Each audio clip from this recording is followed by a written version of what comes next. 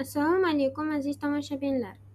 Siz Samarqand davlat universiteti sun'iy intellekt va raqamli texnologiyalar fakulteti axborot xavfsizligi yo'nalishida tahsil olayotgan kiberxavfsizlik laboratoriyasi ishtirokchisi Sobir va Shahina tomonidan tayyorlangan videodarsliklar turkumini tomosha qilmoqdasiz.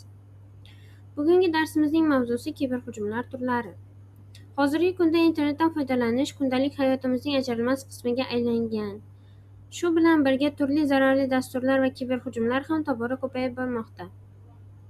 Ushbu dars davomida malware, virus, worm, trojan, ransomware, spyware, botnet va rootkit kabi asosiy kiberhujumlar bilan tanishamiz hamda ulardan qanday himoyalanish mumkinligini ko'rib chiqamiz.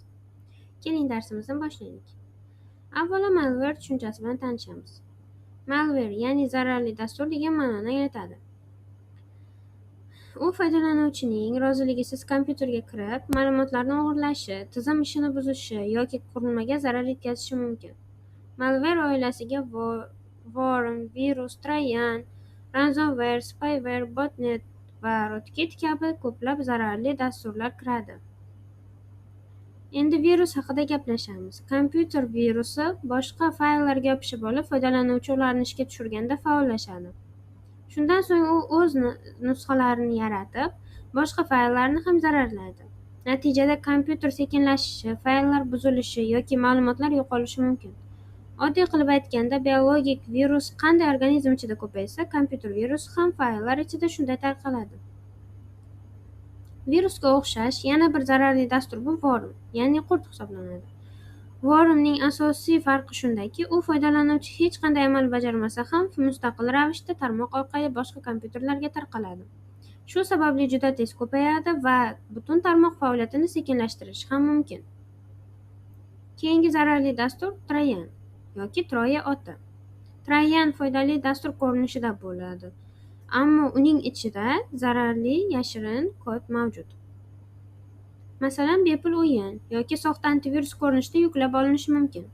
Foydalanuvchi uni ishga tushirgach esa hujumchi kompyuterga yashirin kirish imkoniyatiga ega bo'ladi yoki maxfiy ma'lumotlarni o'g'irlashi ham mumkin. Eng xavfli hujumlardan biri ransomware. Bu zararli dastur kompyuterdagi fayllarni shifrlab qo'yadi va foydalanuvchi undan foydalana olmay qoladi. Shundan so'ng hujumchi fayllarni qayta tiklash evaziga pul talab qiladi. Ammo to'lov amalga oshirilgan taqdirda ham ma'lumotlar qaytarilishiga hech qanday kafolat mavjud bo'lmaydi. Spyware va adware. Bular ham keng tarqalgan zararli dasturlar hisoblanadi. Spyware foydalanuvchini yashirin ravishda kuzatadi va parollar yoki boshqa maxfiy ma'lumotlarni yig'ishi mumkin. Adware esa foydalanuvchiga keraksiz reklamalarni ko'rsatadi va brauzer faoliyatiga salbiy ta'sir qiladi. Ba'zi hollarda ikkala dastur ham birgalikda ishlashi mumkin. Botnet zararli dastur yuqtirilgan ko'plab qurilmalar tarmog'idir. Ushbu qurilmalar hujumchi tomonidan masofadan boshqariladi. Botnetlardan DDoS hujumlarini amalga oshirish, spam xatlar yuborish yoki ma'lumotlarni yig'ishda foydalaniladi. Ko'pincha qurilma egasi uning botnet tarkibiga kirganini ham bilmaydi. Rootkit esa eng murakkab zararli dasturlardan biridir. U operatsion tizim ichida yashirinib ishlaydi va o'zini antiviruslardan berkitishga harakat qiladi. Bundan tashqari boshqa zararli dasturlarni ham yashirishga yordam beradi. Shu sababli rootkitni aniqlash va tizimdan butunlay olib tashlash juda qiyin hisoblanadi. Endi esa tarixdagi mashhur kiberhujumlarni ko'rib chiqamiz. WannaCry 2017-yilda butun dunyo bo'ylab 150 dan ortiq mamlakatga tarqalgan ransomware hujumi bo'lib, 100 minglab kompyuterlarga zarar yetkazgan. I love you virusi. Bu esa elektron pochta orqali tarqalib, millionlab qurilmalarni zararlagan. Mirai botnet esa internetga ulangan yot qurilmalarni egallab, yirik DDoS hujumlarini amalga oshirgan. Bunday hujumlardan himoyalanish usullari. Albatta, har qanday kiberhujumdan himoyalanish choralarini ko'rish mumkin. Buning uchun ishonchli antivirus dasturlaridan foydalanish, operatsion tizimni muntazam yangilab borish va kuchli parollar ishlatish tavsiya etiladi.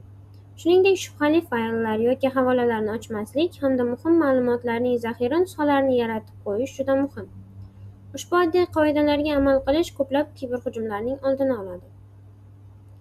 Xulosa qilib aytganda, bugungi darsda malver va uning asosiy turlari bilan tanishdik. Shuningdek, real hayotda uchragan mashhur kiberhujumlar hamda ulardan himoyalanish usullarini ham ko'rib chiqdik. Kiberxavfsizlik faqat mutaxassislar uchun emas, balki har bir internet foydalanuvchisi uchun zarur bilim hisoblanadi.